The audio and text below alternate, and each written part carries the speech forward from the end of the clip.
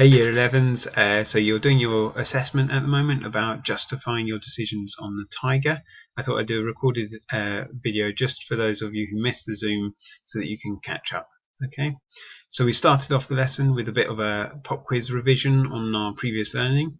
So looking at this diagram, I'd like you to answer these 5 questions, starting off fairly straightforward and then getting a little bit more difficult as we go along. So what does this diagram show?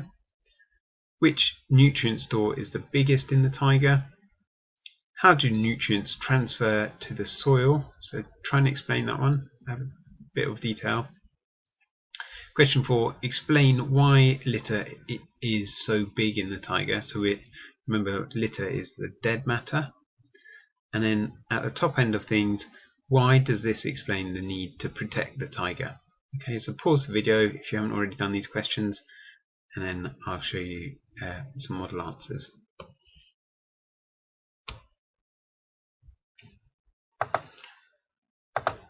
Okay, well done. So check your answers, add a bit of detail if you're not too sure. So yes, this was the nutrient cycle in the tiger. The litter is the biggest. So nutrients transfer to the soil through decay. So little animals, microorganisms, sort of eating away at the leaf litter and so on, breaking it down, and then the nutrients are going into our soils. Okay. Yeah, so you need to make a link to the climate on this one. So why the litter is so big? The climate is too cold to break down the material all year long, and so the leaf litter builds up and up and up. Other students pointed out that we've got evergreen trees, and so they're losing their needles all year round, so that might contribute too, but the main driver is the climate.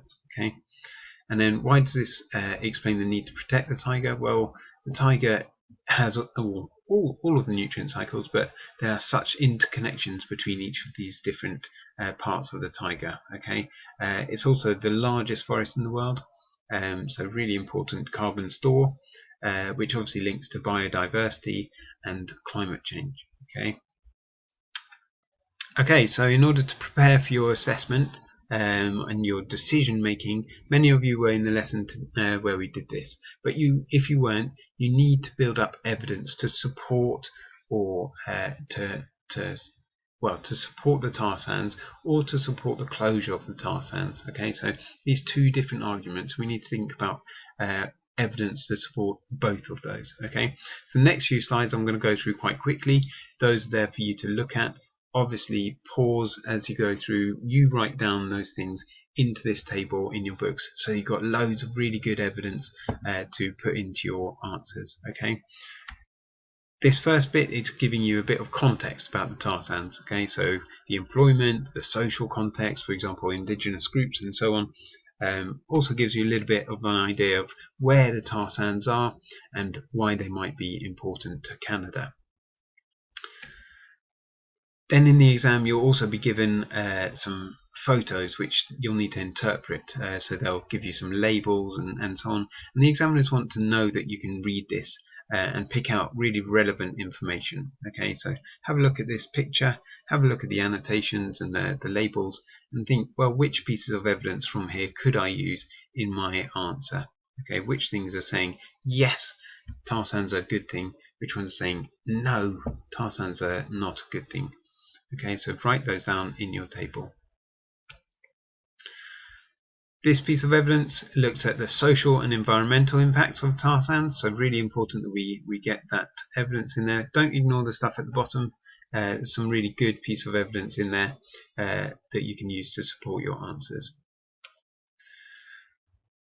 This piece of evidence is more about the energy in Canada. Why is it important? But also some of the challenges. Okay, so read through that carefully because there are balanced arguments in here, so make sure you're on top of that. But read it through again, jot it down into your table so you've got loads of good evidence.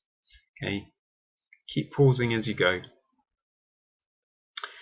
Okay, this one's a little bit more tricky. It looks at statistics on energy and oil in Canada. Okay, so obviously on the left hand side here we've got lots of evidence that sort of shows how important oil is to Canada in particular. Okay, and then breaking it down within the region, how important is oil there. This graph's a little bit more tricky. It shows you how profitable the tar sands are.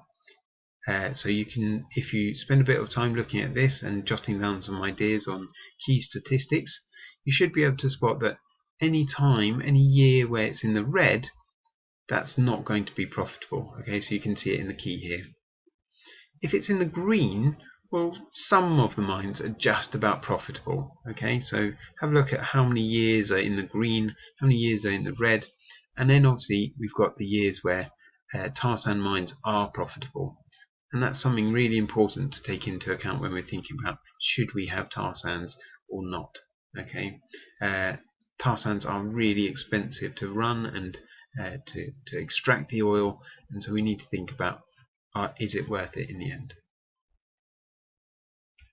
Okay, so the last piece of evidence is people's views, and they're really important. And to support or go against arguments, you can literally take some quotes from this and say, this is what this person said, or this is what this person said. Support your answers with some quotes. Okay, so jot down any that you think would support your arguments. All right, and this is some of the evidence that we went through in the lesson. So on Menti, Mentimeter.com. So these are some of the ideas that people summarized. So some really good ones on there. I've uploaded that onto ClassCharts so that you can access that as well. All right, so what's the actual question? What's the decision you need to make? Okay, well, the whole question is select the option you think would best balance the needs of people and the forest environment in Alberta. Justify your choice. That word justify is really important. So you're going to give reasons and evidence that supports your option. Okay. The other thing you need to do is think about that, what the words are in that question. So we're thinking about people and the forest environment, not just people, not just the forest environment, but a combination of both. And you'll need to show your thinking about that for to get the highest marks. So things you should be thinking about when you're thinking of your answers. Well, you need to obviously support your option with arguments that support your ideas. But you also want to think about arguments that could be used to dismiss other options. Why didn't you choose option 2? Or why didn't you choose option 3? And then at the top end of things, you might think about what problems there are with your own solutions. Okay, none of these solutions are perfect. So you need to recognize the fact that that's the case. Okay, so last thing I want you guys to do before you start writing is to have a look at model answers. Okay, so in your books, now that you've got your own evidence, I want you to jot down some ideas about what makes good extended writing and what makes less good extended writing. Okay, so we're going to look at a couple of examples and look at the examiner's feedback for those.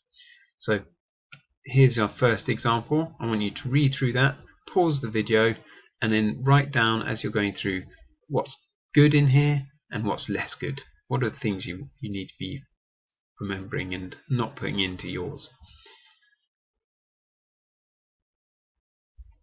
Okay, and this is the examiner's feedback. Okay, so this response would only get 2 marks out of 16, so it's fairly dramatic in terms of how poorly the examiner felt they were. But they just felt that if you read through the examiner's comments, that they didn't tackle the question as a whole. There's not enough detail in there for them to answer the questions. There's not that evidence and the overall evaluation that's needed. Okay, so it says they don't really follow the command word justify, which is obviously important, nor the advantages and disadvantages of rejected options. Okay, there's little explicit referencing to research carried out, and the candidate gets distracted. Okay, so really important that you guys don't do that. Second example is this one. Again, I want you to pause it, read it through, and jot down ideas about what makes good answer and what makes less good answer. Okay, so for this one, the examiner said 11 marks, so not quite perfect, so 11 out of 16, but it does justify the choice and adds geographical understanding. Okay, we need to show that, not just what's in the evidence, but show that you understand the context. And that's why at the start of the lesson we looked at the nutrient cycle. You might include some of that in your answers. Okay, so read through that examiner's comment, think about how that can help you. Okay, so what are the things you need to pay attention to? Well, we said you need geographical knowledge, so things like explaining the nutrient cycle and so on. We need to think about significance. What is the impact? Is it national or local or global? Is it long term or short term? All of these things are really important. And then the most important thing is that you use evidence throughout. Okay, they give you the resources, so use them. Put in a quote or some statistics. Don't ignore the resources. The last thing I've uploaded onto ClassCharts is this checklist for you guys to have a look at. Okay, so make sure you go through your answer, look at the checklist, have you done it, and have you done it well? Alright, but hopefully that will help you in supporting your answer.